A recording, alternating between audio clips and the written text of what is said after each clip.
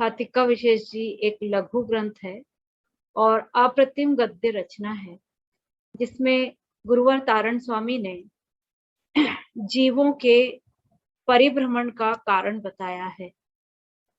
हमने अभी तक देखा है कि यह जीव इस संसार में भाव भ्रमण कर रहा है और वह भाव भ्रमण जो कर रहा है उसके पीछे उसका अपना ही कारण है और वह है उसका विभाव रूप परिणमन। जीव की अचिंत्य शक्तियां होती हैं, उन अपनी शक्तियों को भूलकर वह विपरीत परिणाम करके इस संसार में डोल रहा है। वह परिणाम कैसे हैं, इस पर हमारी चर्चा चल रही है और उन परिणामों के क्रम में अभी हम देख रहे हैं कि वास्तव में जीव होता क्या है। तो आत्मा का ही पर्याय द्रव्य, फिर एक अपेक्षा हम कहेंगे तो वह तत्व भी है, पदार्थ भी है, और द्रव्य का जो स्वरूप है सत्ता स्वरूप, सत द्रव्य लक्षणम, और उत्पाद व्यय द्रव्य स्वरूपी, ये उसका लक्षण है। और जब उत्पाद व्यय द्रव्य स्वरूपी है और उसमें जो उसके सामान्य गुण हैं द्रव्य के, उनके आधार पर जीवों का परिणमन होता है और इस परिणमन में सहकारी कारण होता है उसकी विभाव परिणति। तो यह विभाव क्या है, यह भी हमने देखा कि यह विभाव और स्वभाव दो तरह से कथन किए गए हैं, चेतना और उपयोग के। चेतना अनुभूति का नाम है, चेतना एक गुण है आत्मा का, और उसके ही अनुसार जो परिणमन होता है वह उपयोग है। उपयोग का एक अर्थ ज्ञान रूप में भी लिया जाता है, यानी ज्ञान ही है। तो यह उपयोग कैसा है, और यह उपयोग जब स्वभाव में लगता है तो शुभ होता है और जब विभाव में लगता है तो अशुभ होता है। तो ये जो विभाव परिणति है, जो अशुभ परिणति है, इनके निमित्त क्या क्या बनते हैं वो हम देख रहे हैं और इस रूप में हम अभी चर्चा कर रहे हैं पर्याय की।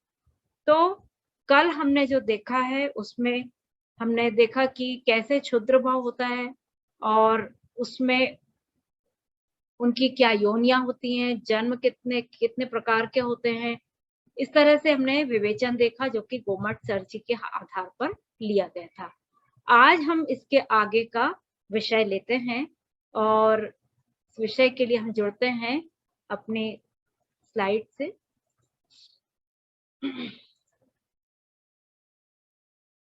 दिखाई दे रही है? ठीक है। देखिए, कल हमने जो चर्चा की थी कि बहुत छोटे छोटे भाव होते हैं। कितने भाव होते हैं? 66,336। किसके? निगोदिया जीव के, एकेंद्रीय जीव के। और हमने तो ये भी देखा था कि वो एकेंद्रीय जीव कैसे जन्म लेते हैं पसीने में, और समूर्छन जन्म जो होता है वो किस तरह से होता है, उसकी कौन कौन सी योनियां होती हैं, सभी हमने कल देखा। अभी हम देखते हैं 66,336 जो भाव हैं। आवाज आ रही है मेरी ना? हाँ। तो प्रत्येक क्षुद्र भाव की आयु कितनी होती है? तो एक उच्छ्वास बटे 18, मतलब 18 का भाग दे दो आप उच्छ्वास के समय में से, तो जो आएगा वो एक क्षुद्र भाव की आयु। उसकी गणना करना असंभव, केवल ज्ञानियों के ज्ञान का विषय है। अब जो 66,336 भाव का जो समय है उसको हम क्या करेंगे? 66,336 गुणित उच्छ्वास बटे 18, मतलब केवल ये बोलने में आता है उच्छ्वास बटे 18, लेकिन होता नहीं है। होता कितना है वो देखिए। तो हम जब इस तरह से इसका गणित करेंगे तो उसका मान आता है 3,685 सही 1/3 उच्छ्वास। मतलब ये जो 66,336 भाव होते हैं उनका समय निकाला है ये इतने समय में। तो एक मुहूर्त में 3,773 उच्छ्वास होते हैं और 66,336 लगातार भाव एक मुहूर्त से भी कम काल में पूरे हो जाते हैं। अभी हमारी जो क्लास चल रही है ना आधे घंटे की, इस आधे घंटे की क्लास में तो ना जाने कितने क्षुद्र भाव, जन्म और मरण उनका हो जाएगा। यहाँ कह रहे हैं एक मुहूर्त से भी कम समय में। तो ऐसा विचित्र परिणाम हम लोग करते हैं जिनसे ऐसे विचित्र भवों में जाने की बारी आ जाती है। तो हमको क्या करना पड़ेगा, हमको उन सारे परिणामों से बचने का अभ्यास करना पड़ेगा। यदि हमने अभ्यास किया तो ही कुछ हो सकता है। देखते हैं कि ये जो एक जीव के अंतर मुहूर्त में जो लब्ध पर्याप्त अवस्था है उसके निरंतर पने से अधिक जो भाव, क्षुद्र भाव भी हमने बताए हैं, उनकी गणना कैसी है। तो देखिए, जो जीव ना सूक्ष्म पृथ्वी, जल, अग्नि, वायु, साधारण वनस्पति, ये इनके प्रत्येक के भाव कितने होते हैं? 6012 भाव होते हैं। अब ये 6012 भाव को इन पांचों में यदि गुणा कर दिया तो आ गया 30,060 भाव। ये इसका और विस्तार में स्वरूप है। बादर, पृथ्वी, जल, अग्नि, वायु, साधारण वनस्पति, ये जो सब बादर हैं, ये पूरे ऊपर वाले सूक्ष्म है और नीचे वाले सारे बादर हैं। तो सूक्ष्म और बादर की भी हम परिभाषाएं आगे के क्रम में देखेंगे। 6012 इनके भी भाव होते हैं और इनके भी 30,060 भाव हो जाएंगे सबके मिलाकर। फिर बादर प्रत्येक वनस्पति जो होती है वो 6012 भाव उसके होते हैं। एक केंद्रीय के 66,132 भाव होते हैं कुल भाव, और द्विइंद्रिय के 80, त्रिइंद्रिय के 60, चार इंद्रिय के 40 और असैनी पंचेंद्रिय 53, मतलब जिनका मन नहीं है, ऐसे पंचेंद्रिय तिर्यंच जो है उनके 8 भाव होते हैं। सैनी पंचेंद्रिय तिर्यंच के 8 भाव होते हैं और मनुष्य के भी 8 भाव होते हैं। क्या मालूम ये हमारा 8वां भाव ना हो, नहीं तो वापस कहाँ जाएंगे हम लोग, फिर से मनुष्य नहीं बनते। हाँ, जैसे परिणाम करेंगे उसके अनुसार ये सब ऐसे इतनी इंद्रियों वाले भाव में जाना पड़ जाएगा। तो और पंचेंद्रिय के भाव कितने होते हैं? 24। तो ऐसे कुल क्षुद्र भाव होते हैं 66,336। ऐसा विवेचन और भी बहुत ज्यादा सूक्ष्मता में विवेचन है, वहां गोमटाचार्य जी से आप देख सकते हैं। अब देखेंगे जीवों के कुलों की संख्या। योनि भी देख ली हमने, जन्म भी देख लिया, कुल भी देखते हैं। तो ये मतलब कुटुंब, कुल यानी होता है ना, कुटुंब हमारे कुल के नहीं है ऐसा बोलते हैं ना, जैन कुल में जन्म लिया। कुल क्या होता है? जाति या कुटुंब के हिसाब से हम ले सकते हैं इसको। तो ये पृथ्वी कायिक जो होते हैं उनके 22 करोड़, कोटि में है ये, करोड़ लगा लेंगे इसके आगे, तो 22 करोड़ कुल होते हैं पृथ्वी कायिक। एक प्रकार की पृथ्वी नहीं है, 22 करोड़ प्रकार हैं उनके, है ना।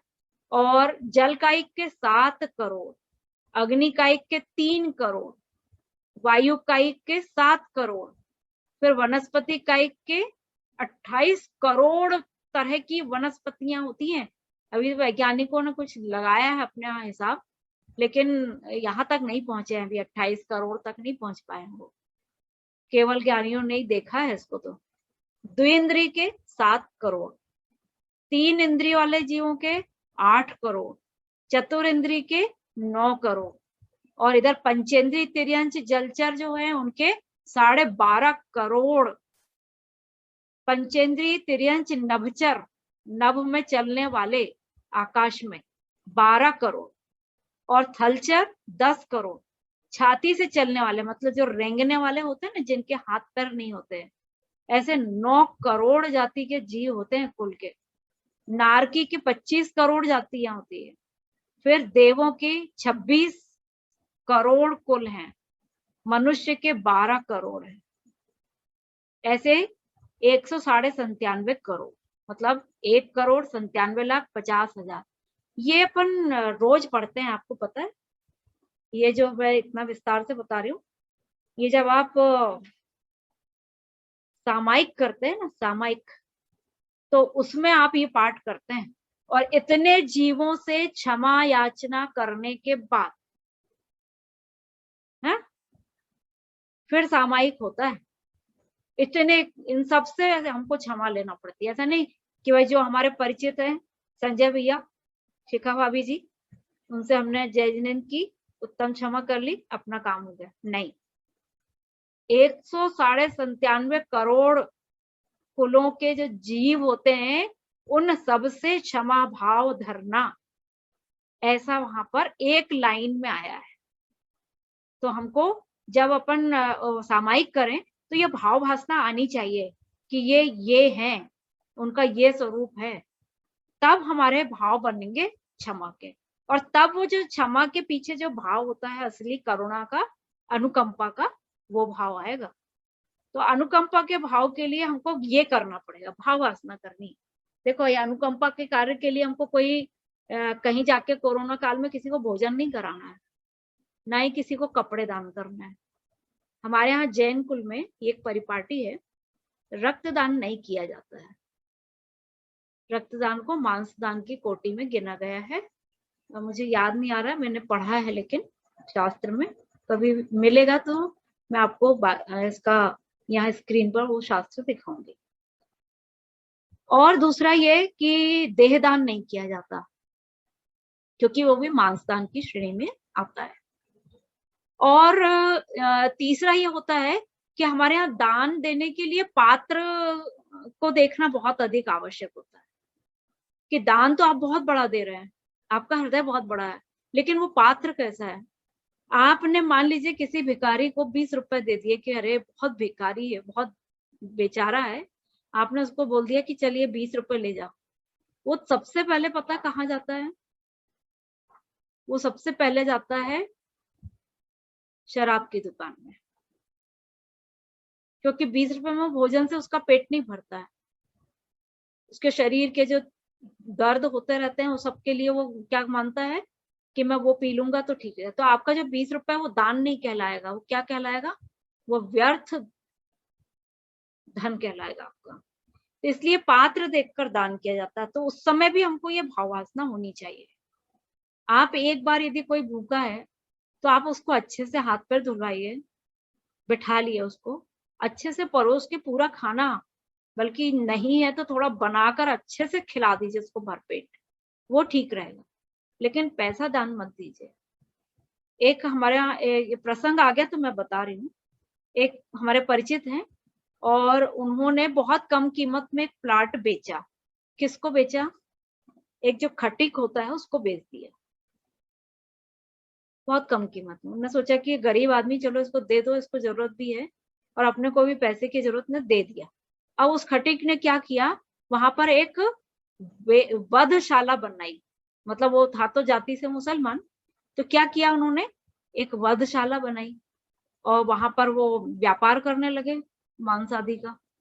अब बताओ कि ये जो उन्होंने बेचा, अपने अपने बुजुर्गों के धन से खरीदा गया प्लाट जो उनको बेच दिया, और वहां पर ये इस तरह का कार्य हो रहा है, तो यदि नहीं बेचते तो हो सकता है उनको जगह नहीं मिलती और वो व्यापार नहीं होता और कितने जीवों की हत्या बच जाती। तो हमको ये इन सब का ध्यान रखना चाहिए। अभी हमारा वो विषय नहीं है, आगे चलेगा, मैं और विस्तार से बताऊंगी। अब देखिए, संज्ञा होती है कुछ 4 तरह की संज्ञा है। ये संज्ञा वो नहीं है नाम व्यक्ति वाली, ये संज्ञा जो है हमारे एक मार्गणा कही गई जिसमें जीवों की खोज की जाती है। तो आहार संज्ञा होती है और इसका कारण क्या होता है? असाता वेदनी। यदि किसी को भूख लग रही है तो वो उसके पीछे कारण क्या है? असाता वेदनी कर्म के उदय और उदीर्णा, कर्म का तीव्र उदय और उसकी उदीर्णा भी हो रही है। उदीर्णा क्यों हो रही है? क्योंकि वो कर्म उदय में आ गया और अब वो चला जाएगा। लेकिन उस आहार ये जो असाता वेदनी कर्म के उदय में जो आहार संज्ञा है, उसके कारण यदि विपरीत परिणाम किया तो वो फिर से वैसे ही जाति के कर्म बंद होते हैं। फिर भय है, तो ये भय कषाय, ये भी, इसमें भी कर्म का तीव्र उदय होता है। मैथुन क्रिया, इसमें वेद कषाय होती है और परिग्रह में लोभ कषाय होती है। कैसे निमित्त कारण मिलते हैं? आहार का देखना, बहुत सुगंधित भोजन किचन में बन रहा हो तो लोगों की भूख जागृत हो जाती है।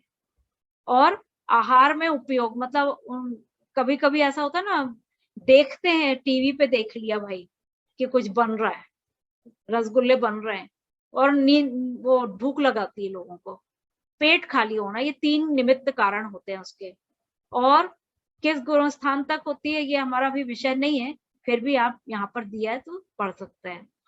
फिर भय कषाय जो है वो अत्यंत भयानक पदार्थ देखकर हमको भय आ जाता है। जैसे वैसे तो हम लोग मानते हैं कि भूत पिशाच नहीं होता, लेकिन संस्कार में पड़ा हुआ है ना भय, भय संज्ञा संस्कार में पड़ी है। तो किसी भी चीज को अचानक कोई चीज गिर पड़े तो भय होने लगता है ना, जबकि वो हमारे ऊपर गिरी नहीं, किसी के ऊपर नहीं गिरी, लेकिन गिर गई तो भय होने लग गया।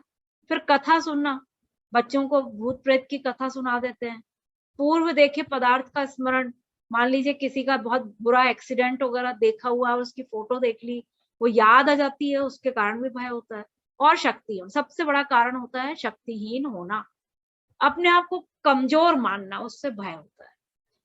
फिर ये वेद कषाय जो होती है, कामोत्पादक गरिष्ठ भोजन, मतलब इतना गरिष्ठ भोजन करते हैं कि विलास की परिणति होती है उसमें, ऐश्वर्य की। काम कथा नाटक आदि सुनना और पूर्व में भोगे हुए विषयों को याद करना।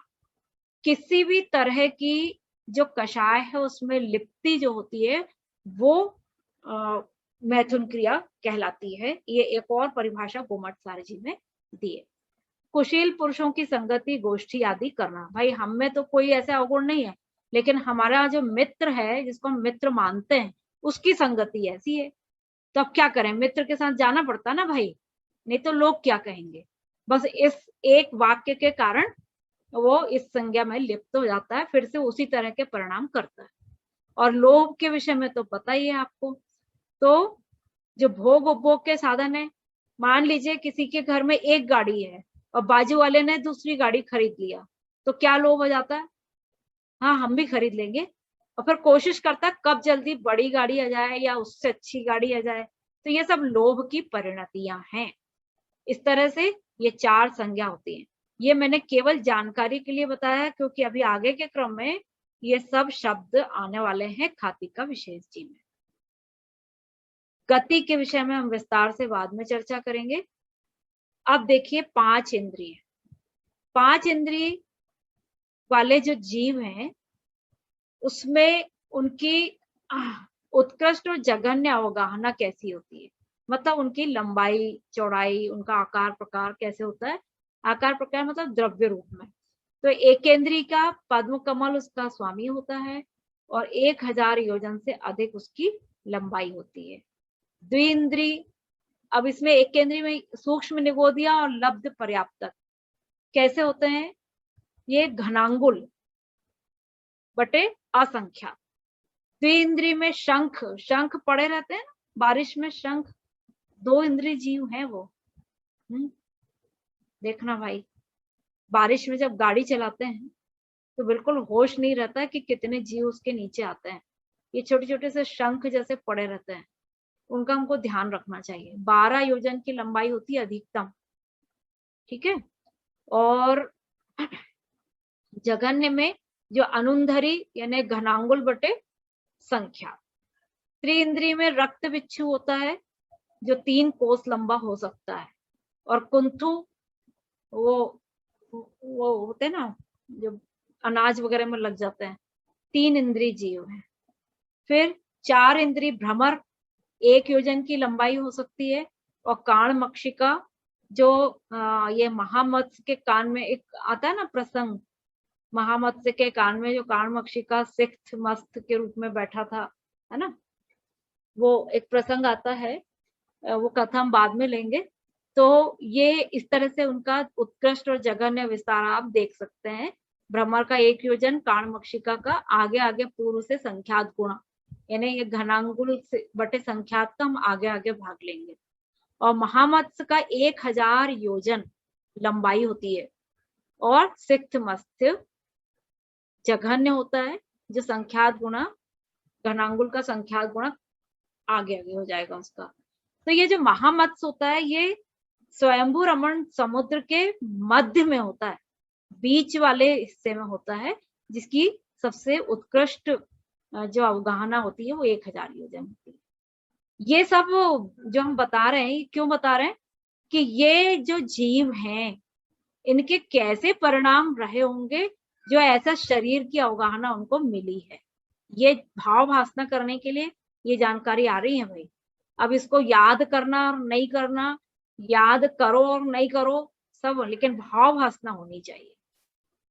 अब जो इंद्रिय होती है वो क्या होती है, तो इंद्र तीति इंद्र, मतलब ये परिभाषा आती है कि जो आज्ञा और ऐश्वर्य वाला है वह इंद्र है, और आत्मा ही इंद्र है।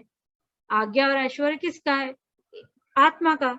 तो आत्मा को के पदार्थों को जानने में जो लिंग निमित्त होता है वह इंद्र का लिंग, यानी इंद्रियां कही जाती हैं। एक परिभाषा है, जो गूढ़ पदार्थ का ज्ञान कराता है उसे लिंग कहते हैं। अतः जो सूक्ष्म आत्मा के अस्तित्व का ज्ञान कराने में लिंग अर्थात कारण है वो इंद्रिय कहलाती है। ये इंद्रिय शब्द का सत्यापन यहाँ पर किया है। तो इंद्र शब्द कैसा है, नामवाची है, और ऐसे नाम कर्म के द्वारा जो रची जाती हैं उनको हम इंद्रियां कहते हैं। इसमें दो प्रकार हैं, द्रव्य इंद्रिय और भाव इंद्रिय। द्रव्य इंद्रिय तो सभी लोग समझते हैं, शरीर नाम कर्म के वजह से बनने वाले शरीर के चिन्ह को हम क्या कहेंगे, द्रव्य इंद्रिय। भाई दिख रही ना, नाक कान आंख सब दिख रही है हमको, सब द्रव्य इंद्रिय। और भाव इंद्रिय क्या है, भाव इंद्रिय को समझना पड़ेगा। तो भाव इंद्रिय क्या है, मति ज्ञानावरण कर्म के क्षयोपम से उत्पन्न होने वाली विशुद्धि अथवा उस विशुद्धि के से उत्पन्न होने वाला उपयोगात्मक ज्ञान, इसको हम क्या कहेंगे, भाव इंद्रिय। ये गोमट सार जी की परिभाषा है। अब ये जो भाव इंद्रिय है इसके दो अपन भेद कर सकते हैं, लब्धि और उपयोग। अब ये उपयोग शब्द देखो फिर से आ गया, ये हमेशा चलेगा, हमको इसको ध्यान में रखना। तो लब्धि क्या है, मति ज्ञानावरणिक कर्म के क्षयोपम से उत्पन्न विशुद्धि या जो उघाड़ है, यानी ज्ञान का जो प्रकाश क्षयोपम शक्ति का जो उघाड़ है वो है लब्धि। और उपयोग क्या है, तो विशुद्धि लब्धि से उत्पन्न जो प्रवर्तन रूप ज्ञान है उसको क्या कहेंगे, उपयोग। जैसे अभी हम आंख से क्या कर रहे हैं, देख रहे हैं, आंख जो हमारी सामने लगी हुई स्क्रीन पे, तो हमारे मति ज्ञानावरण कर्म के क्षयोपम से उघाड़ हो रहा है, हमारी शक्ति बढ़ रही, शक्ति प्रकट हो रही है, और उससे हमको क्या हो रहा है, एक विशुद्धि आ रही कि हाँ देखो अब मैं विपरीत परिणाम नहीं करूंगा, विशुद्धि लब्धि। तो उसको हम क्या कहेंगे, उपयोग। ठीक है, तो जहां पर इंद्रियां काम कर रही हैं वहीं पे हमारा उपयोग भी चला जाता है उसके पीछे पीछे। और द्रव्य इंद्रिय के भी दो कर सकते हैं कि निवृत्ति और उपकरण। ये शब्द जरूर कठिन लगते हैं लेकिन इनकी भाववासना बड़ी सरल है कि जिन प्रदेशों के द्वारा विषयों को जानते हैं, जैसे आंख से हम देख रहे हैं तो विषयों को जान रहे हैं, तो उतने प्रदेश जो हैं वो क्या कहलाएंगे, निवृत्ति। और उपकरण जो निवृत्ति के सहकारी या निकटवर्ती हैं उनको उपकरण कहा जाता है। अब ये जो निवृत्ति है ये भी दो प्रकार की कही जा सकती है, क्या, आभ्यंतर और बाहर। मतलब आत्म प्रदेशों का जो आकार है वो कहलाता अभ्यंतर, यानी अंदर की, आभ्यंतर मतलब अंतर की निवृत्ति। और बाह्य में हमको आकार दिख ही रहा है, तो देखो बाहर में एक आकार जिसको दिख रहा है उसको हम इंद्रिय बोल देते हैं, लेकिन उसके पीछे इतना गूढ़ रहस्य है कि जो आत्म प्रदेशों का आकार है वो तो आभ्यंतर निवृत्ति है, और उद्गल का जो आकार बाह्य में दिखाई दे रहा है वो बाह्य निवृत्ति है। ऐसा बहुत सूक्ष्म विवेचन गोमट सार जी में। और इसी तरह से उपकरण का भी हम दो कर सकते हैं, आभ्यंतर और, तो देखो एक आंख में जो काला और सफेद दिखाई देता, आंख सबने देखी है, सबने अपनी अपनी आंख देख लेना आप लोग, काला और जो सफेद दिखाई देता है ना वो आभ्यंतर उपकरण है। और बाह्य में जो नेत्र की पलकें हैं, भुएं हैं, ये क्या है, बाह्य उपकरण। तो ऐसे बहुत सूक्ष्मता से विवेचन है आचार्यों ने किया है। अब हम देखते हैं कि ज्ञान की जो प्रकट प्राप्त शक्ति है वो कहलाती है लब्धि। जैसे अभी जो कक्षा चल रही है और सारे लोग सुन रहे हैं, अब कुछ लोगों को बात समझ में आती है और कुछ लोगों को नहीं आती। तो ज्ञान का जैसा क्षयोपम रहता है जैसी शक्ति उसकी प्रकट होती है वैसी वह लब्धि है। लब्धि यानी उपलब्धि यानी प्राप्त होना। लब्धि का शब्दार्थ हम लेंगे प्राप्त होना। तो उतने रूप में हमको वो ग्रहण होती है। जैसे बारिश में पानी गिर रहा है पूरे आसमान से और हमने एक अंजुली आगे की, तो पानी पूरे बारिश का हमारे हाथ में आएगा क्या? नहीं। जितने जितने आकार में हमारी अंजलि है उतने में ही हमको पानी प्राप्त होगा। तो प्राप्ति जो है वो लब्धि कहलाती है। फिर इस शक्ति का जब हम प्रयोग करते हैं, है ना, हमने ज्ञान की शक्ति तो सबके पास है भाई कुछ लोग ज्ञान का प्रयोग कर लेते हैं, कुछ लोग ज्ञान का प्रयोग नहीं कर रहे हैं। तो जो प्रयोग किया जा रहा है वो क्या कहला रहा है? उपयोग। फिर उपयोग शब्द आया है देखिए, लेकिन हर बार इसके अर्थ थोड़े थोड़े भिन्न है अपेक्षा के अनुसार। इस उपयोग में जो सहकारी साधन है वो द्रव्य इंद्रिय है और द्रव्य इंद्रिय के लिए जो सहकारी है वो उपकरण है। ऐसा 4 तरह से विवेचन है। अब जो इंद्रिय होती हैं वो अपन ने अभी देख लिए जीवों के प्रकार में, 1 इंद्रिय, 2 इंद्रिय, 3 इंद्रिय, 4 इंद्रिय, 5 इंद्रिय, 5 इंद्रिय और मन वाला, ऐसा देखा। तो 1 इंद्रिय जो होते हैं जिनके स्पर्शन रूप बाह्य चिन्ह, 1 इंद्रिय कौन सी रहेगी उनकी? स्पर्श संबंधी ज्ञान, मतलब केवल स्पर्श करके समझ सकते हैं वो बस, लेकिन उनकी स्पर्शन शक्ति बहुत तीव्र होती है ना। और 2 इंद्रिय जो है उनके स्पर्शन रसना रूप बाह्य चिन्ह हो और स्पर्श रस संबंधी ज्ञान, मतलब 2 इंद्रिय में क्या क्या आएगा? स्पर्श भी आएगा और रसना आएगी। देखो कितनी ज्यादा प्रबल होती है स्पर्श और रसना, कि सबसे पहली इंद्रिय में यही गिना है और दूसरे में रसना, क्योंकि इसी से तो व्यापार पूरे चलते हैं। सारे विषयों के परिणाम जो हैं विषय वासना के, वो स्पर्श और रस से ही चलते हैं। तीसरी इंद्रिय है स्पर्शन रसना घ्राण बाह्य चिन्ह हो और स्पर्शन रसना गंध संबंधी ज्ञान, उसे 3 इंद्रिय कहते हैं। मतलब चिन्ह भी और ज्ञान, ठीक है। और 4 इंद्रिय में बढ़ जाएगी स्पर्शन रसना घ्राण चक्षु आ जाएगी और उससे संबंधित ज्ञान आ जाएगा। 5 इंद्रिय में तो सभी को पता है कौन सी जुड़ जाएगी? कर्ण इंद्रिय भी जुड़ जाएगी, स्पर्श रस गंध वर्ण और शब्द। तो इस तरह से ये 5 इंद्रिय हैं। अब इन इंद्रियों के भेद देखते हैं। 1 इंद्रिय के स्पर्शन और जो रसना है उसमें जो उदाहरण हम लेते हैं, तो इसका बाह्य चिन्ह हमको स्पर्श दिखाएगा, मतलब त्वचा, है ना, त्वक कहते हैं। त्वक, तारण स्वामी ने त्वक शब्द का प्रयोग किया इसके लिए। बहुत ही संस्कृत निष्ठ शब्द है और उनके ग्रंथों में त्वक शब्द आता है। तो बाह्य चिन्ह इसमें स्पर्शन, और किसका ज्ञान हो रहा है? स्पर्श का। किस किस को? देखो भाई, पृथ्वी। अब पृथ्वी को तो अपन जड़ मानते हैं, जल स्पर्श है इसमें, अग्नि, वायु, वनस्पति। और 2 इंद्रिय में स्पर्शन रसना लट, शंख, सीप, केचुआ, जोंक, ये जितने भी हो, देखो इसमें सब रेंगने वाले हैं ये सब, है ना। अच्छा, 3 इंद्रिय में चींटी, जूं, लीख और खटमल, बिच्छू, ये सब 3 इंद्रिय जीव हैं भाई। गंध, इनको गंध आ जाती। चींटी कैसे आ जाती तुरंत, है ना। 20 किलोमीटर चलती है चींटी, ये मालूम है आपको? 20 किलोमीटर चलती और अपने वजन से 20 गुना वजन उठा लेती है, ये विशेषता चींटी की। और देखे 4 इंद्रिय में क्या है? मच्छर, भौरा, मक्खी, तितली, डांस यानी मच्छर बड़ा वाला, और पतंगा, ये सब 4 इंद्रिय हैं। पतंगा तो दिखते ही नहीं है, जरा जरा में मर जाते हैं आपके किचन में। आषाढ़ के माह में जो भुनगे होते हैं वो 4 इंद्रिय जीव हैं, है ना। और 5 इंद्रिय में मनुष्य, देव, नारकी और पशु पक्षी भी आते हैं। तो इस तरह से ये इंद्रियों का क्रम हुआ। अब ये क्रम भी यहाँ पर बहुत अच्छे से यहाँ चित्र में प्रकाश जी छावड़ा ने बनाए हैं। इंद्रिय में स्पर्श इंद्रिय, ये चित्र के माध्यम से भी समझे जा सकते हैं। और अब देखते हैं बादर और सूक्ष्म। तो ये बादर और सूक्ष्म क्या होता है भाई? ये जीव के प्रकार। कैसे हैं बादल? बादल नाम कर्म के उदय से उत्पन्न होते हैं, और सूक्ष्म जीव सूक्ष्म नाम कर्म के उदय से उत्पन्न होते हैं। अब ये नाम कर्म क्या है, ये हम अभी इसके आगे आएगा प्रकरण, उसमें समझेंगे।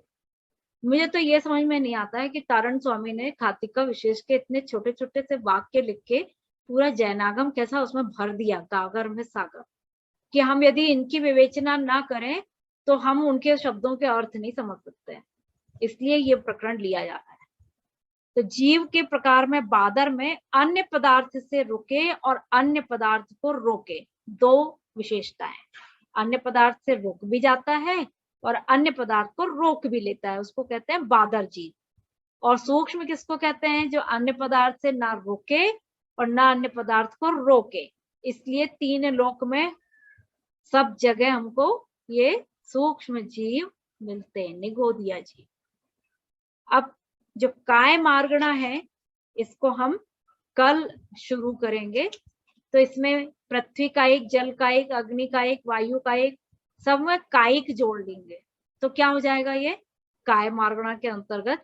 अब इसमें काय मार्गणा में बताएंगे आपको कि इनका शरीर कैसा होता है।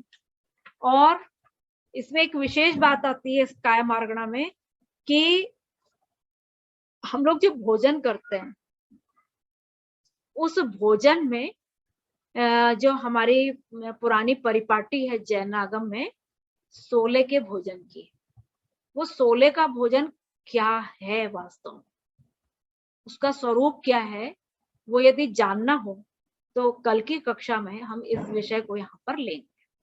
क्योंकि जितना भी परिणामों का विकार है वो हमारे किचन से शुरू होता है, हमारे आहार के केंद्र से शुरू होता है। सबसे ज्यादा कार्य वहीं होता है पूरे घर में, और वहां से ही सारे परिणामों की विशुद्धि, शुभ और अशुभता वहां से चालू होती है। इसलिए ही तो पूरे विश्व में कितने धर्म हैं और उन धर्मों में कितनी विवेचना की जाती है, और उन सारी विवेचना में अकेला एक जैन धर्म है जहां पर भोजन के विषय में बहुत ही बारीकी से निर्देश दिए हैं। श्रावकाचार बहुत बारीकी से निर्देश हैं, और उन निर्देशों का पालन यदि हम करें तो हमारे परिणाम तो ऐसे ही विशुद्ध हो जाए भाई। आधा मंदिर तो घर में है हमारे, लेकिन शर्त है उसकी कि वो आधा मंदिर घर में कब होगा, जब हम उन श्रावकाचारों का पालन करेंगे। और इसका पूरा पूरा पूरी जिम्मेदारी होती है महिलाओं की, क्योंकि महिलाओं का काम होता है भोजन तैयार करना और भोजन से संबंधित व्यवस्थाएं। पुरुषों का काम नहीं है। क्यों? क्योंकि पुरुषों को जल्दीबाजी रहती है, दूसरी तरफ ध्यान रहता है। तो महिलाओं की जिम्मेदारी इसलिए है क्योंकि वो बहुत धैर्य पूर्वक और इन सारी चीजों को समझकर वो भोजन तैयार करती हैं। तो इसलिए जब हमारे यहाँ त्यागी वृत्तियों के आहार होते हैं, उस दिन हमारे पूरे दिन हमारे हृदय में बहुत शांति और विशुद्धि रहती है। क्यों? क्योंकि भोजन भी बहुत विशुद्ध तैयार होता है ना, और वैसे ही विशुद्ध भोजन हम करते भी और कराते भी हैं, इसलिए उस दिन पूरी शांति रहती है हमारे मन में। निमित्त बन जाते हैं त्यागी वृत्ति के आहार, लेकिन होता है विशुद्ध भोजन। तो वो भोजन कैसा हो, तो ये काय मार्गणा के अंतर्गत हम अभी उसको कल के विषय में लेंगे। तो कल आप लोग जरूर आइए और अपने साथियों को भी लाइए, और जिनने अभी तक कक्षा अटेंड नहीं की है वो भी लोग कल जरूर आइए। तो हम इसकी चर्चा आगे करेंगे। आज की चर्चा में बस इतना ही लेंगे जिनवाणी वंदना के साथ। जिनवाणी के ज्ञान से सूझे लोकालोक, सो वाणी मस्तक धरूं सदा देत पद ढो। ओम सुधीर भाई साहब आप उपस्थित हैं तो बोलिएगा।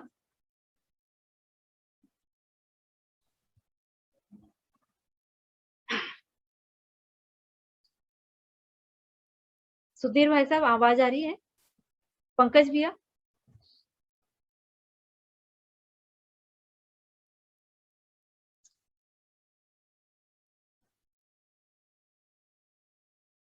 पंकज भैया।